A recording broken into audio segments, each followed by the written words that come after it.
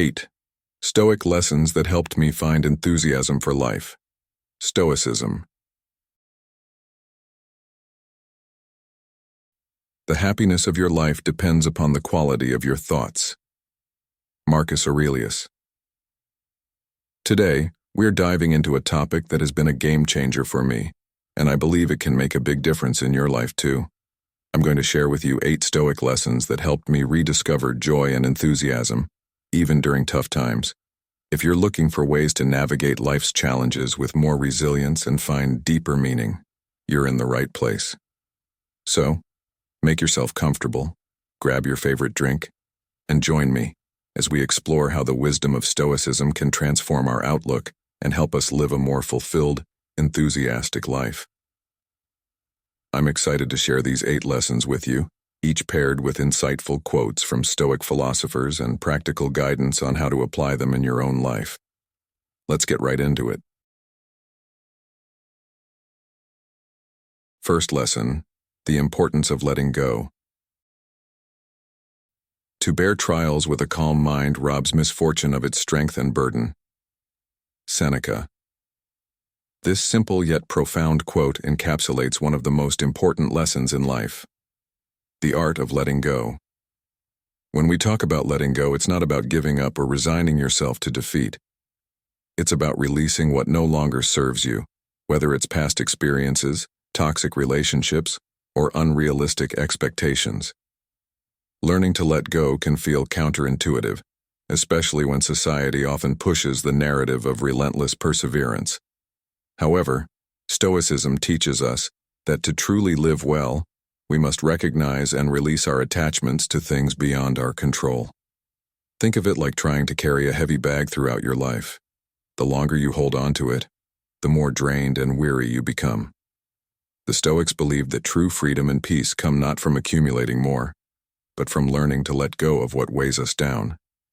In my own life, there was a time when I held on to relationships that no longer nurtured me, hoping against hope that things would change. I clung to expectations that weren't rooted in reality, convinced that if I just tried harder, everything would fall into place. But the truth is, not everything is within our control.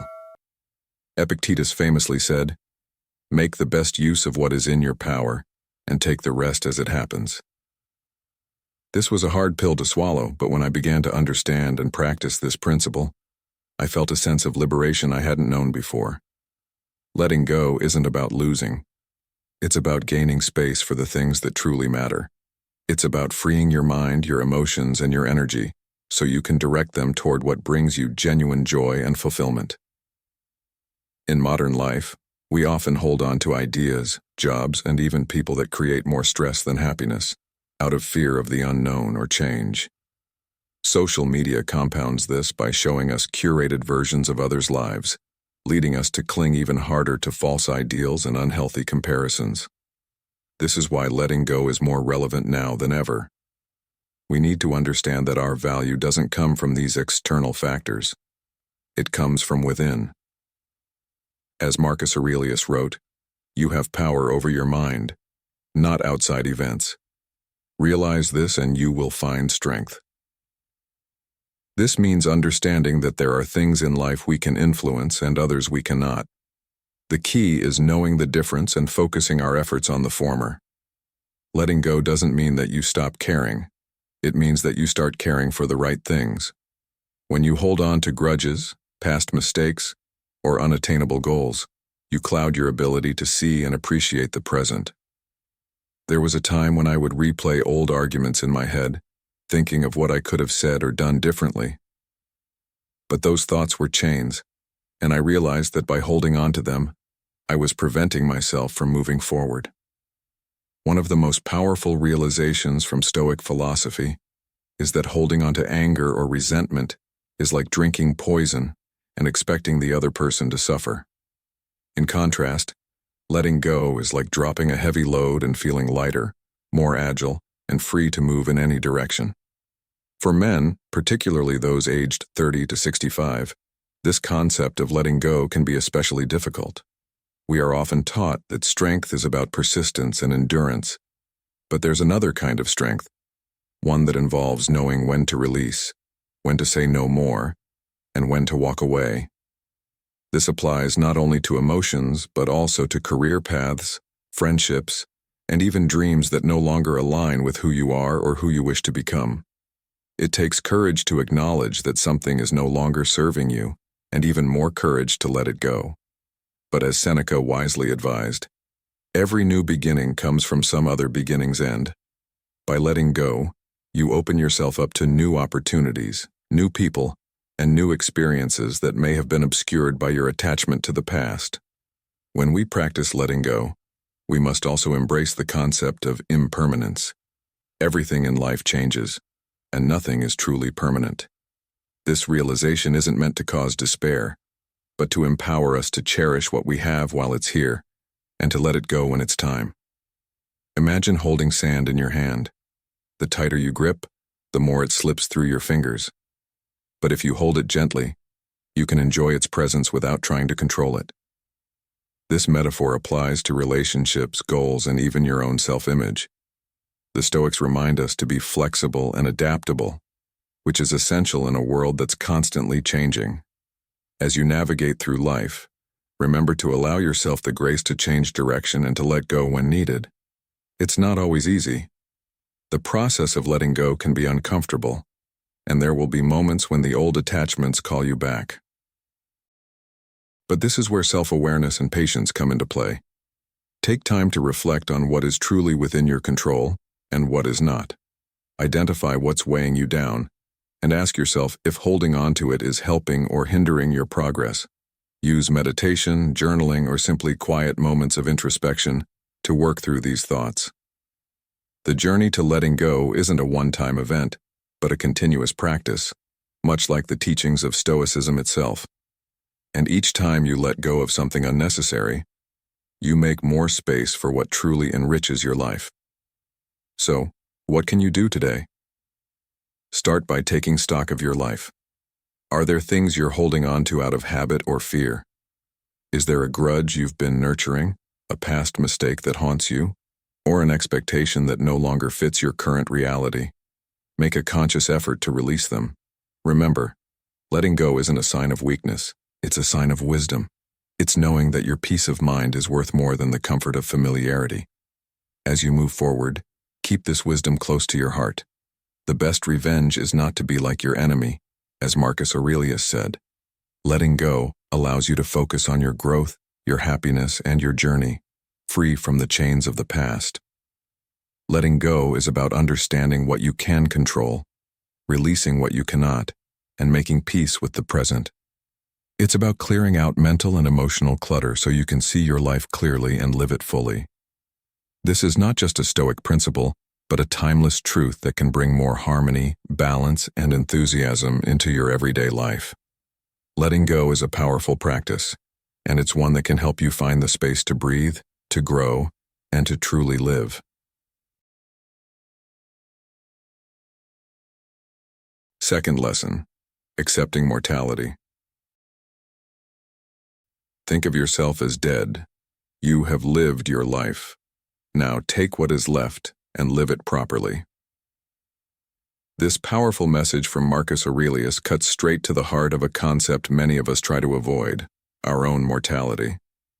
In a world that often glorifies eternal youth and staying busy, accepting the inevitability of death can seem like a grim or even morbid exercise. However, in Stoicism, acknowledging mortality is not about dwelling on death. It's about using the knowledge of our limited time as a driving force to live more fully and authentically. When we accept that life is finite, we start to see every moment, every choice, and every opportunity as precious.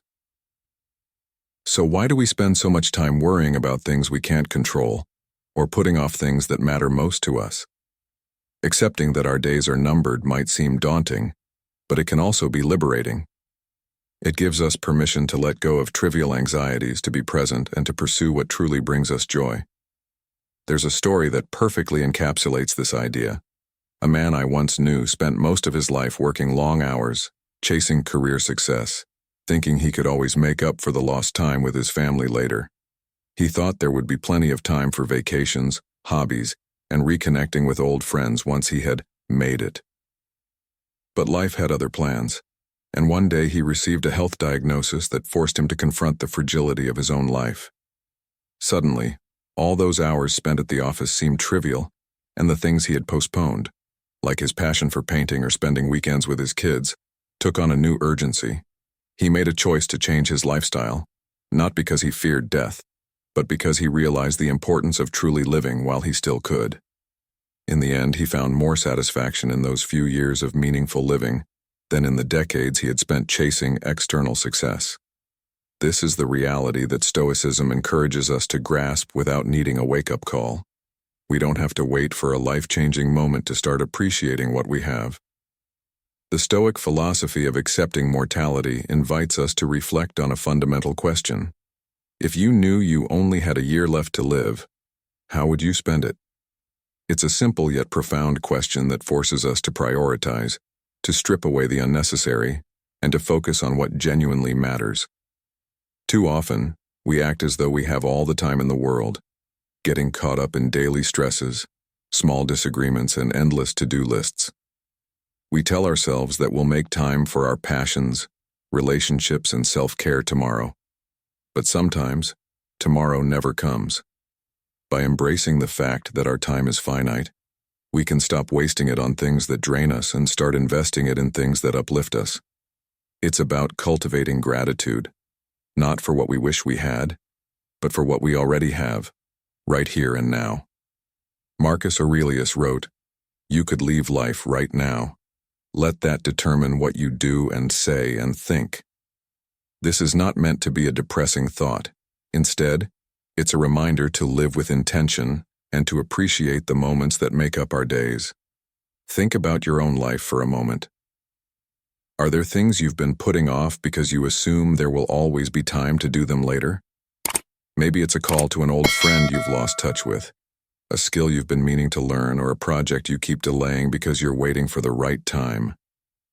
What if you didn't have that time? This isn't about creating fear, but rather about inspiring action. Accepting mortality is about understanding that life is happening right now, not at some distant point in the future when all conditions are perfect. It's about choosing to make the most of the present instead of being stuck in the past or anxiously awaiting the future. Seneca once said, "It is not that we have a short time to live, but that we waste a lot of it."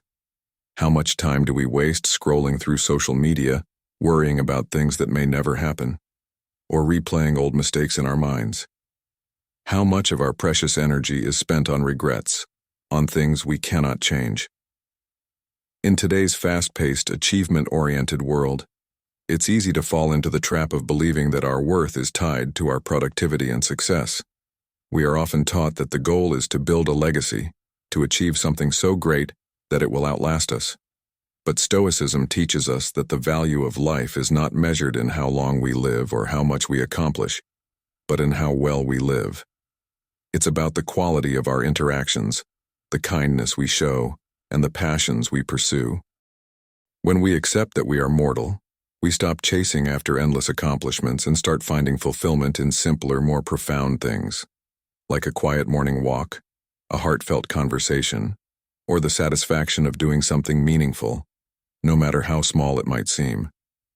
It's important to understand that accepting mortality doesn't mean living recklessly or without caution. On the contrary, it means living thoughtfully and deliberately, with an awareness of what truly matters. It means being mindful of how we spend our time, who we spend it with, and what we give our energy to. This is the essence of the Stoic practice of memento mori, or remember you will die.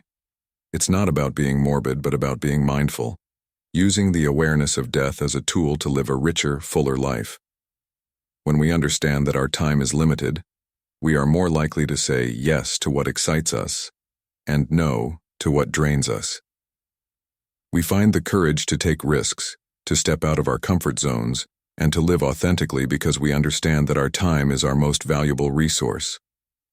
So, how can you start incorporating this perspective into your daily life? Begin by asking yourself, what is truly important to me? What do I want to be remembered for? Not in a grand public sense, but by the people I love and care about. If you were to reflect on your life today, would you feel content with how you've spent your time, or would you have regrets? It's never too late to realign your life with your values. You don't have to wait for a major life event to start living with intention. Take small steps every day to make time for what matters, whether it's spending a few extra minutes with your loved ones, pursuing a hobby that brings you joy, or simply taking a moment to breathe and appreciate the world around you. Accepting mortality isn't about fearing the end. It's about embracing life more fully, knowing that it's fleeting. It's about using the knowledge of our inevitable end as a guide to make the most of the time we have, to focus on what's real, and to let go of what's trivial. It's a call to live with passion, purpose, and a deep appreciation for every moment we are given. Remember the words of Epictetus. It's not what happens to you, but how you react to it that matters. This is the heart of Stoicism, learning to live gracefully, purposefully, and with the understanding that our time is precious, so we must spend it wisely. Third lesson, the importance of self-discipline. First, say to yourself what you would be, and then do what you have to do. These are the wise words of Epictetus, and they remind us that self-discipline is at the core of living a fulfilling life. Without it, we are like a ship lost at sea, drifting without a destination. Self-discipline is about making the decision to commit to something, even when it's challenging or inconvenient, because you understand its importance in the long run. Think about how often we set goals for ourselves, whether it's to eat healthier, exercise regularly, learn a new skill, or simply be more productive. We start with great enthusiasm, but as time passes, it gets harder to stick to our plans. Why? Because self-discipline requires effort, and that effort is what separates those who succeed from those who give up. But what if we could train ourselves to be more disciplined? How different would our lives look if we mastered the art of staying committed, even when it's not easy? Self-discipline is not just about strict routines and restrictions. It's about understanding what truly matters to you and making sure your actions align with those values. Marcus Aurelius, one of the great Stoic philosophers, once said, "You have power over your mind, not outside events. Realize this, and you will find strength." This quote perfectly captures the essence of self-discipline. It's about taking control of your mind and your actions, rather than letting external circumstances dictate how you live your life. Imagine waking up every day with a clear sense of purpose, knowing that the habits you've built are taking you closer to your goals, rather than drifting away from them. That's the power of self-discipline. It gives you the tools to build the life you truly want, one small step at a time. A common misconception is that self-discipline means living a life of deprivation or constant struggle.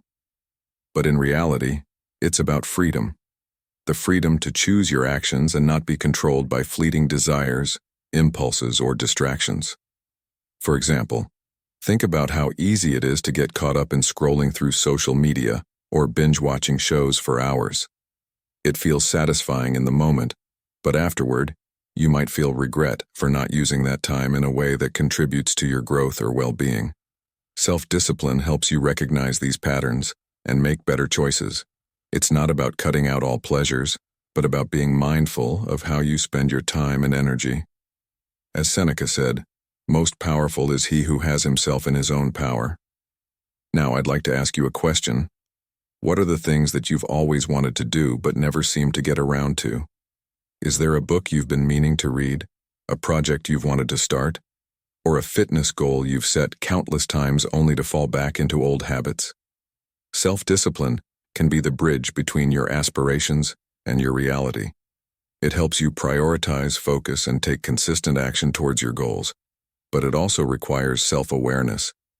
You need to understand your weaknesses, the things that easily distract you, and create strategies to deal with them. This is where setting clear, realistic goals comes in. When you know what you're working towards, it becomes easier to push through the discomfort that comes with building new habits. Consider the story of someone who decided to change their life through self-discipline. Let's say there was a man who was overweight and always felt tired, but he dreamed of running a marathon. At first, the idea seemed impossible. He struggled to jog even a few minutes without stopping, and every time he tried, he felt like giving up. But instead of seeing the distance to his goal as overwhelming, he decided to break it down into smaller, manageable steps. He committed to jogging for just 10 minutes every day. The first week was tough, but he stuck with it. As the weeks went by, those 10 minutes turned into 20, then 30, and soon he was running miles without stopping. Over time, his persistence paid off, and not only did he lose weight, but he also completed the marathon he had once thought was out of reach. This is the power of self-discipline. It turns small, consistent actions into major achievements. But why is self-discipline so difficult for so many of us? One reason is that we live in a world that encourages instant gratification. We want things to happen quickly, without much effort, and when they don't, we get frustrated and give up. But real growth doesn't happen overnight. It's a gradual process that requires patience and perseverance. Think about planting a tree. You don't see it grow in a day, but you water it, nurture it, and over time, it becomes something strong and beautiful. The same goes for your goals. Self-discipline teaches you to stay focused on the process, even when the results aren't immediately visible. As Aristotle wisely said, we are what we repeatedly do. Excellence, then, is not an act, but a habit. So, how can you start building self-discipline in your life? Begin by setting clear, realistic goals that are meaningful to you. Ask yourself, what do I really want to achieve? Then, break that goal into smaller steps and commit to doing something, no matter how small, every day to get closer to it. It's also important to track your progress. When you see how far you've come, it will motivate you to keep going. But perhaps the most important aspect is to be kind to yourself. Self-discipline doesn't mean you won't make mistakes or have setbacks. It's about getting back on track when you do. Don't be discouraged by failures. Instead, learn from them and keep moving forward. Lastly, remember that self-discipline is a practice. It's something you build over time, not a switch you can turn on overnight. There will be days when it feels easy and days when it's incredibly hard, but every time you choose to stick with it, you're strengthening that muscle, and the benefits go beyond achieving your goals. You'll find that self-discipline gives you confidence, resilience, and a sense of accomplishment. It's about becoming the kind of person who can trust themselves to follow through, who doesn't need external motivation because they've built a strong internal drive. As you cultivate this, you'll notice changes not just in your productivity, but in your overall outlook on life. So, take a moment to think. What's one area of your life where you can start applying more self-discipline today? Maybe it's setting a limit on screen time, committing to a morning routine, or dedicating time each day to something you're passionate about. Whatever it is, start small, be consistent, and remember that every little step counts. The road to success isn't about giant leaps, it's about steady, deliberate progress. As the Stoic philosophers understood, and as you'll come to realize, self-discipline is the key to unlocking your full potential and leading a life that's not just successful but deeply fulfilling. Thank you for being here with us today. Before we dive into the next part, I want to take a moment to express my gratitude. It's a privilege to have you as part of the Stoic in Your Life community.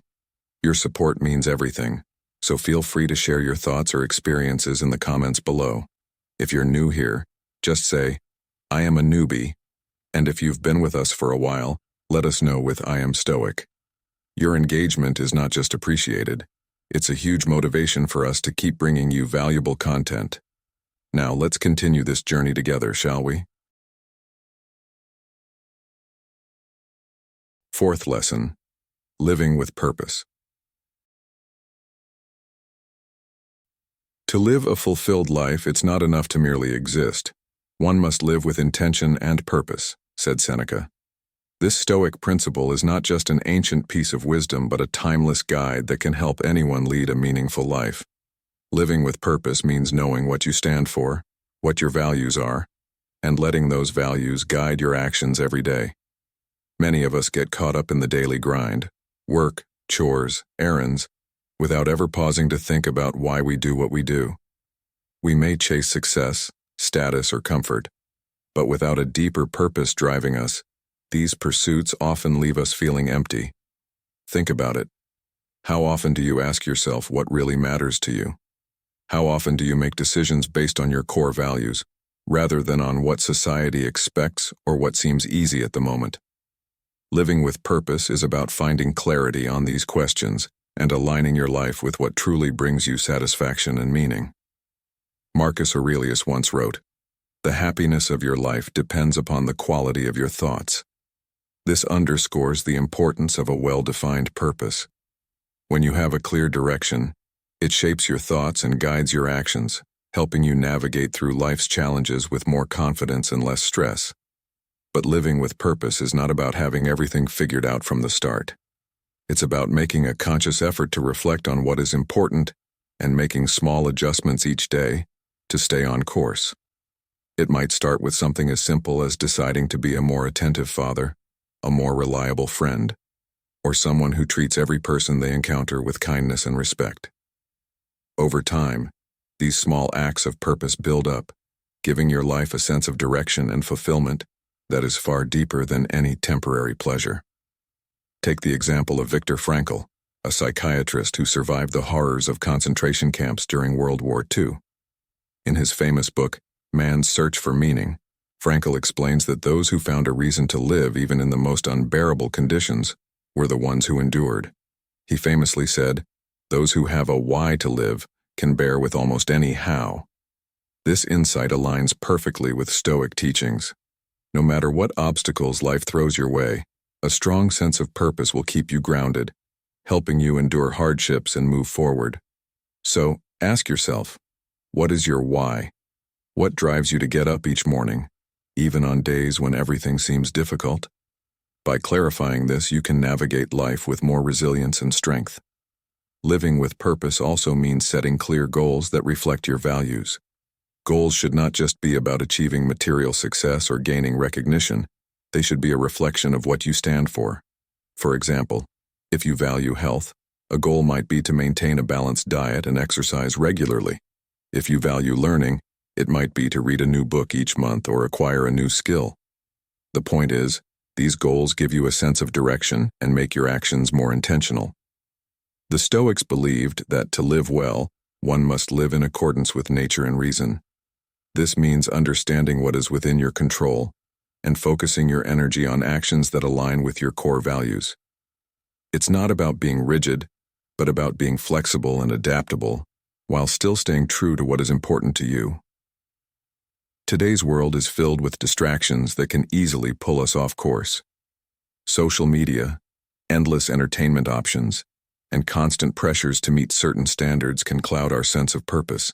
We may find ourselves living for others' expectations rather than for our own beliefs and desires. But the moment you decide to live with purpose, you start to regain control. You begin to set boundaries and make conscious choices that serve your long-term well-being, not just short-term gratification. As Epictetus said, "No man is free who is not master of himself." Living with purpose allows you to take charge of your own life, to be the master of your actions rather than letting external circumstances dictate how you feel and act. However, finding your purpose is not always straightforward. It takes time, reflection, and sometimes a bit of trial and error. You may need to try different things to discover what truly resonates with you. Perhaps you've spent years working a job that pays the bills, but doesn't make you feel fulfilled. Or maybe you've been in relationships that didn't allow you to grow. Living with purpose means having the courage to make changes when you realize that something isn't working. It's about daring to ask yourself tough questions. What kind of legacy do I want to leave behind? How do I want to be remembered by those around me? And most importantly, am I living today in a way that brings me closer to that vision? Think about the people you admire most. Chances are they are not the ones who had everything handed to them, but those who faced adversity, made hard choices, and stayed true to their purpose. Whether it's a family member who worked tirelessly to support their loved ones, or a public figure who dedicated their life to a cause, their sense of purpose gave them the strength to overcome obstacles and continue moving forward. even when the journey was tough. This is not just the domain of famous heroes, it's something each of us can cultivate. By choosing to live with purpose, we tap into a source of inner strength that keeps us moving forward no matter the challenges. So, how can you start living with more purpose today? Begin by taking a moment to reflect on your values. What do you care about deeply? What brings you a sense of joy and fulfillment? Once you have identified these, think about how you can incorporate them into your daily routine. Maybe it's as simple as spending more quality time with your family, volunteering for a cause that matters to you, or dedicating time each week to a passion project. The key is to make sure your actions align with your values, even in small ways, because these small, consistent efforts will eventually lead to greater clarity and purpose. And remember, living with purpose is not about having a perfectly mapped out life. It's about having a compass that guides you, even when the path is uncertain.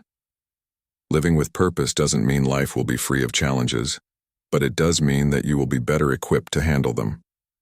When you are clear about what matters most to you, setbacks and failures don't feel like the end of the road. They are simply detours that offer lessons and opportunities for growth. As you go through life, remind yourself of this simple yet powerful quote from Marcus Aurelius: "Waste no more time arguing about what a good man should be.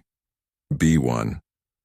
This is a call to action to live authentically, to act with integrity, and to let your values lead the way. In doing so, you not only create a life of meaning for yourself, but also inspire those around you to do the same. Ultimately, living with purpose means waking up each day with a sense of clarity, knowing that every step you take brings you closer to a life that feels true and fulfilling. It's about finding joy in the journey, not just in the destination. So, as you go forward, ask yourself, what is one thing I can do today that aligns with my values and brings me closer to my purpose? Let that question be your guide, and you'll find that even in the most uncertain times, you have a sense of direction that keeps you grounded and motivated. Living with purpose is not just a Stoic lesson. It's a way of life that can transform how you see the world and how you engage with it every single day. Fifth lesson: self-compassion. Be tolerant with others and strict with yourself. These words from Marcus Aurelius might sound harsh, but when you dig deeper, they speak to a profound truth about the need for self-compassion. You see, many people misunderstand self-compassion. They think it means letting themselves off the hook or being too lenient. In reality, self-compassion is about treating yourself with the same kindness, patience, and understanding that you would show a good friend. It's about acknowledging that you too are human and, like everyone else, are bound to make mistakes. But how often do we speak kindly to ourselves when things go wrong? More often than not, we're our own harshest critics, replaying our failures in our minds and being far more critical of ourselves than we would ever be of others. Let's be honest. When was the last time you truly forgave yourself for a mistake or allowed yourself to grow without the weight of self-doubt? Think about a time when you missed a deadline at work, messed up a presentation, or just didn't meet your expectations. Did you find yourself dwelling on it for hours, maybe even days, criticizing every little detail of where you went wrong? Now consider how you would react if a friend came to you with the same problem. Would you berate them, or would you reassure them, telling them to learn from it and move on? Self-compassion invites you to do the same for yourself. It's not about ignoring your mistakes or pretending everything is okay when it isn't. It's about recognizing that mistakes are part of the process of growth. As Epictetus said, it's not what happens to you, but how you react to it that matters. This reminds us that setbacks don't define us. Our response to them does. Self-compassion allows you to face challenges without fear, because you know that no matter the outcome, you will treat yourself with gentleness and care. A friend of mine once struggled with this concept. He was someone who always pushed himself hard, expecting nothing less than perfection in every aspect of his life. But the more he chased perfection, the more he felt like he was failing. He would stay up late trying to fix every little detail at work, but it only left him feeling exhausted and anxious. One day, after yet another sleepless night, he realized he needed a change. He began to practice self-compassion, something he hadn't done before. It started small. He set boundaries on his work hours, made a point to praise himself for his efforts instead of just the outcomes, and allowed himself to make mistakes without harsh judgment. Slowly, he noticed a shift. He felt lighter, less burdened, and ironically, he became more productive and happier at work. What he learned was that by being kinder to himself, he didn't just reduce his stress. He opened the door to greater creativity, resilience, and joy. In today's fast-paced world, where we are constantly bombarded with messages of success, productivity, and self-improvement, it's easy to fall into the trap of thinking that self-compassion is a sign of weakness. But ask yourself, how can you keep moving forward if every misstep is met with harsh criticism? Imagine trying to teach a child how to ride a bike. If every time they fell you scolded them, they would soon lose the confidence to try again. But if you encouraged them, reminded them that falling is part of the learning process, and celebrated their progress, they would keep trying until they succeeded. The same principle applies to adults. Self-compassion isn't about lowering your standards. It's about acknowledging that growth is messy and that's okay. The journey to improvement isn't a straight line, and there will be bumps along the way. What matters is that you keep getting back up and moving forward. Let me ask you, have you ever found yourself paralyzed by the fear of failure, so much so that you didn't even try? Or maybe you've been so hard on yourself for not achieving something that you didn't give yourself credit for the progress you did make. If so, you're not alone, and that's where self-compassion can make a huge difference. When you're kind to yourself, you create a safe space to take risks, make mistakes, and learn from them without the fear of self-reproach. It's about having an inner voice that says, "It's okay, you're doing your best, and that's enough for now." It's about forgiving yourself when things don't go as planned and using those experiences as lessons rather than reasons to beat yourself up. The Stoics, despite their emphasis on discipline, understood the value of self-compassion.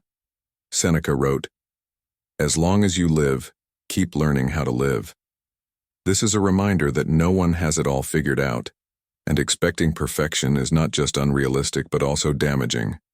You will stumble, you will fall, and that's a given.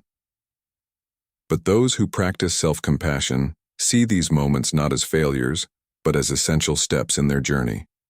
They understand that progress is made through effort and that setbacks are not the end but an opportunity to learn, adjust, and move forward with renewed strength. One practical way to cultivate self-compassion is to start paying attention to your self-talk. The next time you find yourself in a challenging situation, listen to how you're speaking to yourself. Are you being critical, harsh, or dismissive? If so, try to shift that dialogue to something more compassionate. Instead of saying, "I'm such a failure for not getting this right," say, "I'm trying my best, and it's okay to make mistakes. What can I learn from this?" Over time, this kind of self-awareness can transform how you handle setbacks, making you more resilient and less prone to anxiety and stress. Another method is to practice self-care, taking time for activities that relax and recharge you, whether it's reading a book, going for a walk, or simply breathing deeply for a few minutes can reinforce the message that you deserve kindness, especially from yourself. The beauty of self-compassion is that it's not just about feeling good. It's about creating the conditions for genuine growth. When you stop being your own harshest critic, you begin to see possibilities where there were once only obstacles. You become more willing to try new things because the fear of failure no longer holds you back.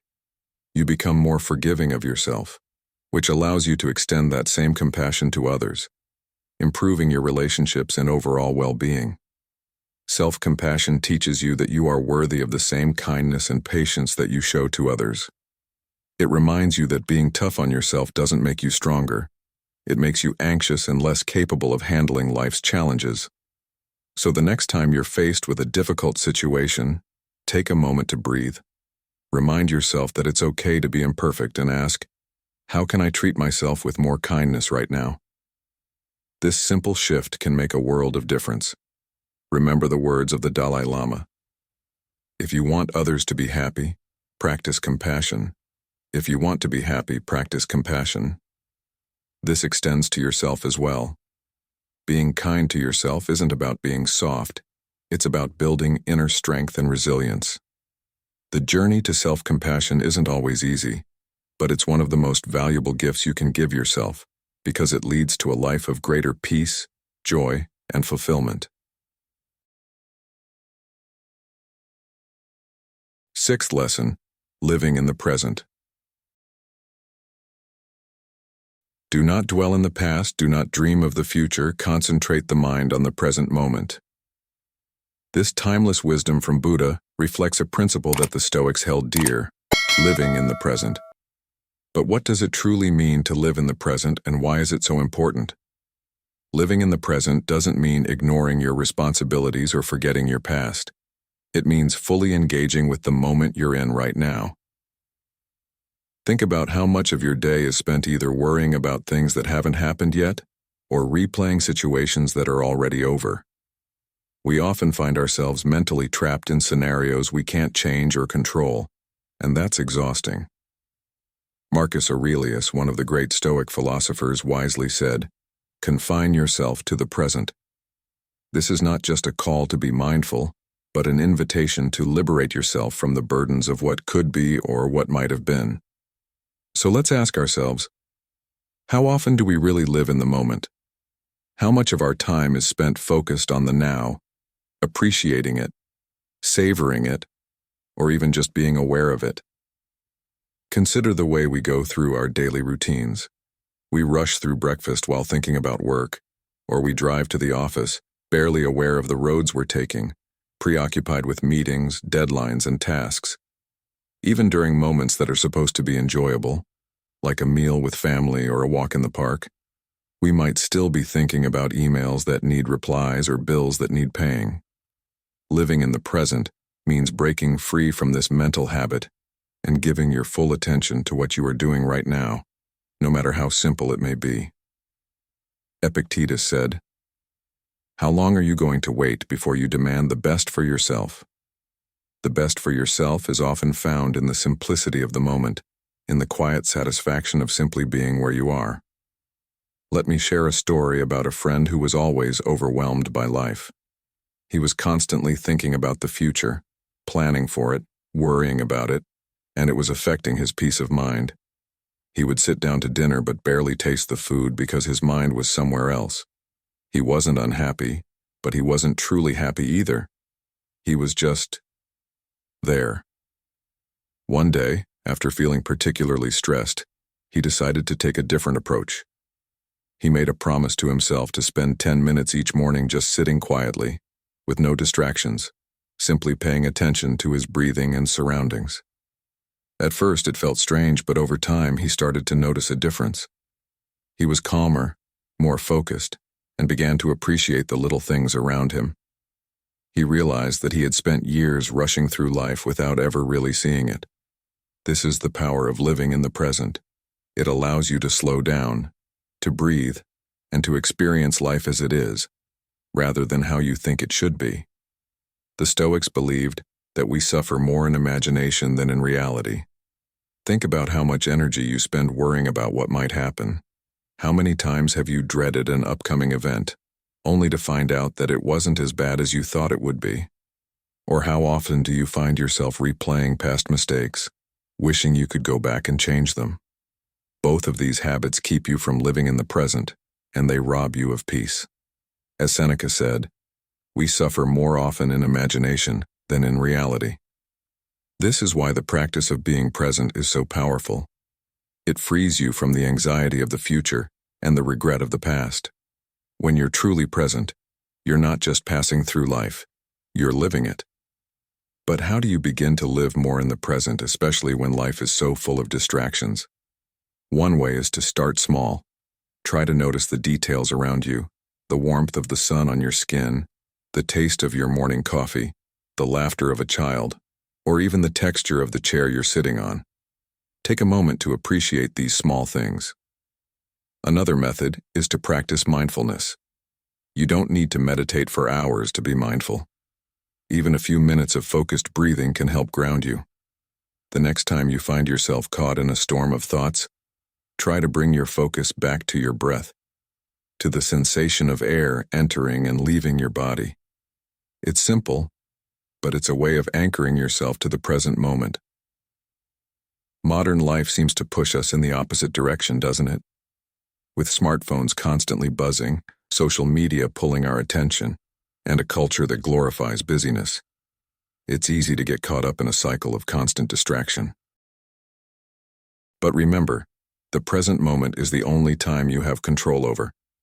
The past is beyond your reach, and the future is uncertain. What you can influence is what you do right now, and that is where your power lies. Marcus Aurelius said, "The tranquility that comes when you stop caring what they say, or think, or do, only what you do. Your peace of mind comes from focusing on your actions in the here and now, not from worrying about external opinions or events you can't control." So, I'd like to ask you, what would it mean for you to truly live in the present? What could you gain by letting go of the endless stream of worries and regrets that fill your mind? Could it be that you would find more joy, more clarity, and a greater sense of peace? Living in the present doesn't mean ignoring your goals or abandoning your plans. It means giving your full attention to the step you're taking right now. It's about finding balance, knowing when to plan for the future but also when to let those thoughts go so you can enjoy where you are. Ultimately, the message is simple but profound. Life is happening right now. The moments you are experiencing, whether they're filled with joy, pain, or just simple quiet, are what make up your life. Don't let them pass by unnoticed because you're too busy thinking about what's next. Living in the present doesn't mean you'll never have problems or stress, but it does mean you'll be better equipped to handle them. When you're focused on the now, you respond to challenges with a calm and clear mind because you're not weighed down by worries of what was or what might be. As you listen to this, I encourage you to take a deep breath. Let it out slowly and ask yourself, what is happening right now, and how can I be fully present in it? Let this simple question guide you throughout your day. If you can learn to live more in the present, you will find that life has more depth, more color, and more meaning. You'll realize that the simplest moments, like a warm cup of tea, a friendly conversation, or the sound of rain, can bring immense satisfaction when you're truly present to experience them. The past is gone, and the future will come in its own time. Right now, you have this moment. Make the most of it, and you'll find that enthusiasm for life doesn't come from what you wish could happen, but from what is happening right now, right here. But remember, the present moment is the only time you have control over. The past is beyond your reach, and the future is uncertain. What you can influence is what you do right now, and that is where your power lies. Marcus Aurelius said, "The tranquility that comes when you stop caring what they say, or think, or do, only what you do. Your peace of mind comes from focusing on your actions in the here and now, not from worrying about external opinions or events you can't control." So I'd like to ask you, what would it mean for you to truly live in the present? What could you gain by letting go of the endless stream of worries and regrets that fill your mind? Could it be that you would find more joy, more clarity, and a greater sense of peace? Living in the present doesn't mean ignoring your goals or abandoning your plans. It means giving your full attention to the step you're taking right now. It's about finding balance, knowing when to plan for the future, but also when to let those thoughts go so you can enjoy where you are. Ultimately, the message is simple but profound. Life is happening right now. The moments you are experiencing, whether they're filled with joy, pain, or just simple quiet, are what make up your life. Don't let them pass by unnoticed because you're too busy thinking about what's next. Living in the present doesn't mean you'll never have problems or stress, but it does mean you'll be better equipped to handle them. As you listen to this, I encourage you to take a deep breath. Let it out slowly and ask yourself, what is happening right now, and how can I be fully present in it? Let this simple question guide you throughout your day. If you can learn to live more in the present, you will find that life has more depth, more color, and more meaning. You'll realize that the simplest moments, like a warm cup of tea, a friendly conversation, or the sound of rain, can bring immense satisfaction when you're truly present to experience them. The past is gone, and the future will come in its own time. Right now you have this moment. Make the most of it, and you'll find that enthusiasm for life doesn't come from what you wish could happen, but from what is happening right now, right here. If you've made it this far, you're truly embracing the Stoic path. Drop a comment saying, "I am finding my enthusiasm," to show you're committed to this journey of self-discovery and growth. Stay with us, there's so much more to explore. 7th lesson, emotional self-mastery. Make the best use of what is in your power and take the rest as it happens, said Epictetus. This simple Stoic wisdom forms the foundation of emotional self-mastery. In a world that constantly throws unexpected challenges our way, mastering our emotions is not about suppressing how we feel, but about understanding and managing those emotions so they do not control us. Many people misunderstand this concept, thinking that self-mastery means not feeling emotions at all. But the truth is, we all feel anger, frustration, fear, and sadness. It's part of being human. The key is not to let these emotions dictate your actions or cloud your judgment. Think about how often a moment of anger has led to words you later regret, or how anxiety has stopped you from taking an opportunity that could have been life-changing. Self-mastery is the ability to pause, assess, and decide how to respond, rather than react impulsively. It's a skill that can transform not just how you handle difficult situations, but also how you experience life as a whole. Consider this. Marcus Aurelius, one of the most powerful men of his time, who had to manage an empire, said, "You have power over your mind, not outside events. Realize this, and you will find strength." This is a timeless reminder that we cannot control everything that happens around us, but we can always control how we respond. This idea is more relevant now than ever. We live in an era of constant stimulation, news alerts, social media, the pressure to succeed, and the unpredictability of daily life. It's easy to feel overwhelmed and let emotions like stress or frustration take the lead. But if you let every minor inconvenience or setback dictate your mood, it becomes impossible to focus, plan, or even enjoy the present moment. Emotional self-mastery means taking back that control, deciding that no matter what life throws at you, you will approach it with a sense of calm and composure. I once knew someone who struggled deeply with this. He was a talented individual, but his temper often got the better of him. A slight criticism would lead to an angry outburst, and a missed opportunity would throw him into days of despair. His inability to manage his emotions cost him friendships, job prospects, and even peace of mind. It wasn't until he learned about Stoic practices that things began to change. He started to reflect on how he reacted and noticed patterns, what triggered his anger, what caused his anxiety, and how he could interrupt those patterns. Instead of reacting immediately, he practiced taking a breath, thinking through the situation, and choosing a response that aligned with his values rather than his emotions at that moment. It wasn't easy, but over time he became more patient, more understanding, and most importantly, more in control of his own life. This is what emotional self-mastery looks like. Not the absence of emotion, but the ability to navigate emotion skillfully, like a sailor steering a ship through rough seas. Let's reflect for a moment. How do you typically react when things don't go as planned? Do you find yourself easily irritated or discouraged? And when you do, how does that affect the rest of your day, your decisions, or even your relationships? It's worth considering because the way we handle our emotions doesn't just affect us, it impacts everyone around us. The Stoics believed that by mastering our emotions we could not only find personal peace, but also improve our interactions with others. As Seneca noted, anger, if not restrained, is frequently more hurtful to us than the injury that provokes it. In other words, letting emotions like anger, jealousy, or fear control, you can cause more harm than the situations that triggered those emotions in the first place. Learning to master your emotions is, therefore, not just a practice for your benefit, but also a way of creating a more positive, balanced environment for those around you. So, how do you begin to practice emotional self-mastery?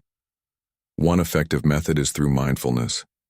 You don't need to sit in silence for hours to be mindful. It can be as simple as taking a moment to check in with yourself when you feel overwhelmed. When you sense a strong emotion rising, whether it's anger, anxiety, or frustration, take a few deep breaths and observe it. Ask yourself, why am I feeling this way? Is this reaction helpful, or am I letting my emotions dictate my response? This simple practice can create a pause between stimulus and reaction, giving you the opportunity to choose a more thoughtful response. It's about creating a gap where you can think rather than just react. Another way is to remind yourself regularly of what is within your control. When faced with a situation that makes you feel helpless or frustrated, reflect on Marcus Aurelius's words. Focus on your mind and actions, not external events. By doing this, you remind yourself that while you cannot control other people's behavior or unexpected circumstances, you can always choose how to approach them. In modern life, the ability to master your emotions can be a game changer. Whether it's dealing with the pressures of work, navigating complicated relationships, or simply managing the stresses of daily life, emotional self-mastery equips you with the strength to face these challenges without letting them overwhelm you. Think about how much smoother your day would go if you didn't let a rude comment from a stranger ruin your mood, or how much more productive you would be if you didn't spend hours worrying about things that are beyond your control. Imagine how much healthier your relationships would be if you could approach disagreements with calmness and empathy rather than defensiveness. Emotional self-mastery doesn't mean you won't feel anger, sadness, or anxiety. It means you will no longer be at the mercy of these emotions. Instead, you can acknowledge them, understand them, and choose how to move forward.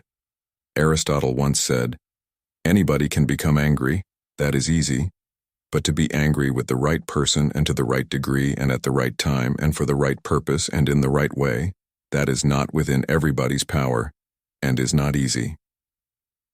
This illustrates that emotional self-mastery is not about shutting down your emotions, but rather about channeling them wisely. When you master your emotions, you gain clarity, and with that clarity comes better decision-making. You start to respond rather than react, to think ahead rather than act impulsively, and to understand the power of patience and perspective. So ask yourself, what is one emotion you struggle with the most? Is it anger, stress, impatience, or perhaps fear? How has that emotion affected your actions, your relationships, and your peace of mind? Recognizing this is the first step toward change. Once you know which emotions tend to derail you, you can start practicing strategies to handle them better. It might be through deep breathing, pausing before responding, or even writing down your thoughts to gain perspective. Remember, it's a practice, and like any skill, it takes time to develop. But the rewards of emotional self-mastery are immense. When you are not constantly pulled in different directions by your emotions, you find a sense of calm and control that is incredibly liberating. You stop feeling like a victim of your circumstances and start feeling like the captain of your own ship. Emotional self-mastery is not about becoming stoic in the sense of being detached or unemotional. It's about cultivating resilience and inner peace. It's about knowing that no matter what happens, you have the tools to navigate through it with grace and composure. You might still feel stressed, frustrated, or sad at times, but those emotions will no longer have the power to control your actions. Instead, you will have the clarity and strength to choose how to respond. As you practice this, you'll notice that your outlook on life changes.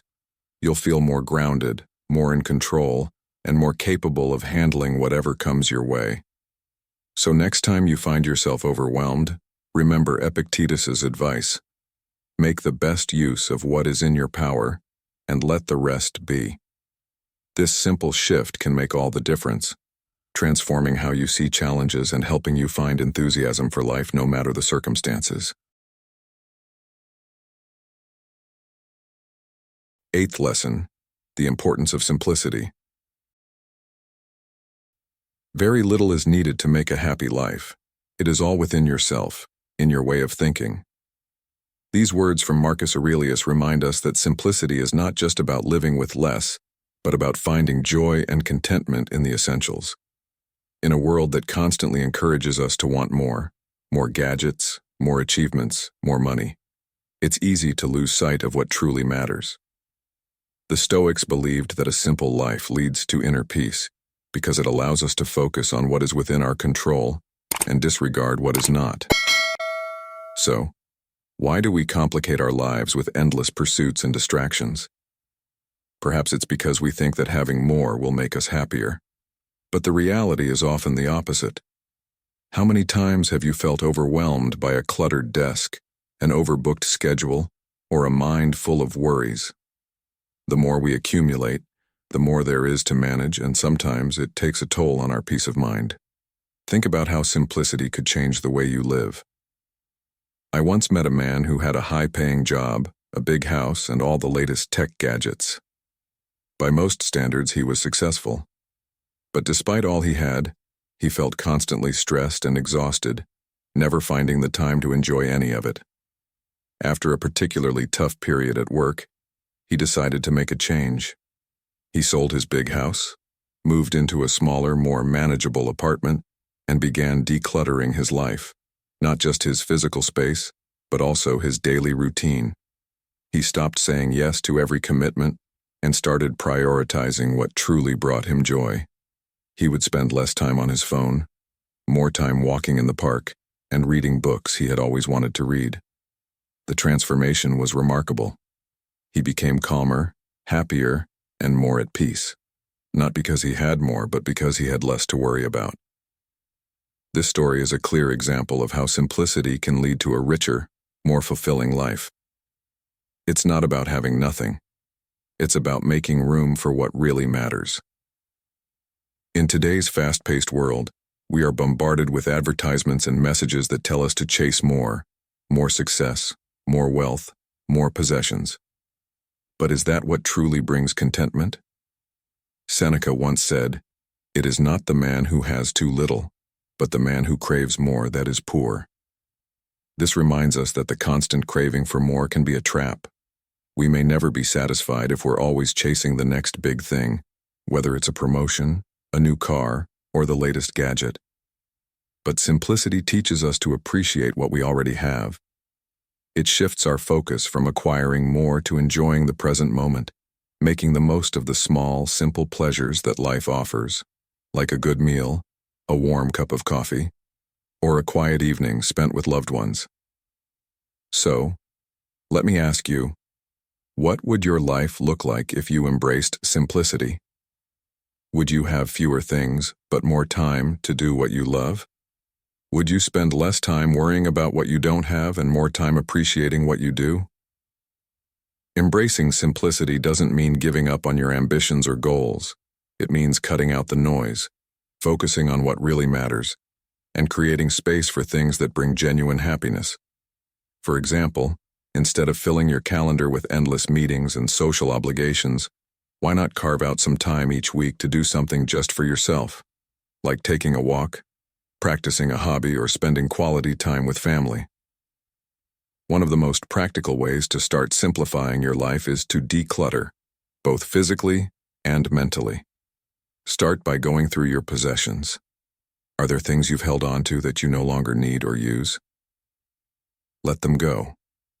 You might be surprised at how freeing it feels to clear out unnecessary items. But it's not just about physical stuff.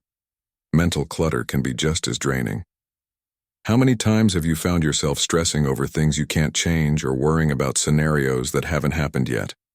The Stoics encourage us to focus on the present and to let go of what is beyond our control.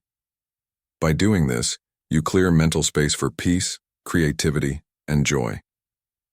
Epictetus said, "Wealth consists not in having great possessions, but in having few wants." This idea of minimizing wants is at the heart of simplicity.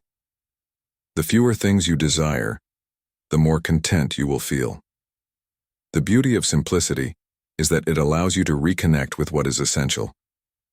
You begin to notice the little things that bring you joy: a conversation with a friend, the warmth of the sun on your face, the sound of birds in the morning. These are the things that truly make life rich, but we often overlook them when we are caught up in the hustle and bustle of modern life. Simplicity teaches us to slow down, to be present, and to find satisfaction in the moment. It doesn't mean renouncing all material possessions, but it does mean being mindful of what you bring into your life and why. Are you buying something because it brings you joy or because you think it will make you appear successful to others? By asking yourself these questions, you can start to live more intentionally, focusing on what truly brings happiness rather than chasing after fleeting desires. Simplicity is not just about decluttering your home, it's about decluttering your life. It's about choosing quality over quantity, depth over superficiality, and peace over chaos. When you focus on fewer things, you can give them more of your attention and energy. This can lead to a deeper sense of fulfillment because you are no longer spreading yourself thin trying to keep up with everything. Take a look at your daily routine. Is there something you can simplify? Maybe it's reducing screen time, cutting back on commitments, or even just organizing your workspace. Small changes can make a big difference, and over time, you may find that you have more time, more peace, and more joy than you ever thought possible. Living simply can also help you build stronger relationships. When you are not constantly distracted by the pursuit of more, you can be more present with the people around you. You have the time to listen, to engage, and to build meaningful connections. Think about the last time you had a deep, uninterrupted conversation with someone you care about. Didn't it feel good? That's the kind of quality connection that simplicity allows you to cultivate. By focusing less on material things and more on experiences and relationships, you build a life that is rich in meaning and connection. As you go about your day, consider this. What can you simplify to make your life easier, happier, and more peaceful? Is there something you're holding on to that you no longer need? Is there a way to streamline your routine so you have more time for what matters most? Living a simple life doesn't mean you'll never have challenges, but it does mean that you'll be better equipped to handle them. When your mind is clear and your life is uncluttered, you can focus on finding solutions rather than getting overwhelmed. The Stoic lesson of simplicity isn't about minimalism for the sake of it. It's about creating a life that is purposeful, intentional, and free of unnecessary distractions. As you simplify, you create space for the things that truly matter: peace of mind, meaningful connections, and the joy of simply being present. So next time you find yourself overwhelmed by the chaos of life, take a step back, breathe, and ask yourself what you can simplify. Remember Marcus Aurelius's wisdom. Very little is needed to make a happy life. Sometimes the best way to find enthusiasm for life is not by adding more, but by appreciating less. Thank you for taking the time to explore these 8 Stoic lessons with me. I hope they've given you new insights and practical ways to find more enthusiasm and balance in your daily life. Remember, Stoicism is not about suppressing emotions or enduring life's challenges without feeling. It's about understanding what truly matters, focusing on what you can control, and making deliberate choices that lead to a more fulfilling and purposeful life. If any of these lessons spoke to you, I encourage you to start applying them today, whether it's letting go of what you can't change, embracing simplicity, or practicing self-discipline. I'd love to hear from you. Which Stoic lesson resonated the most with you? How do you plan to incorporate it into your daily routine? Feel free to share your thoughts in the comments below, and let's learn from each other's experiences. If you found this video helpful, please share it with someone who might benefit from it. And don't forget to subscribe to Stoic in Your Life and hit the notification bell so you never miss future content on living a more thoughtful and empowered life. Thanks again for watching, and I look forward to seeing you in the next video. Stay grounded, stay focused, and stay stoic.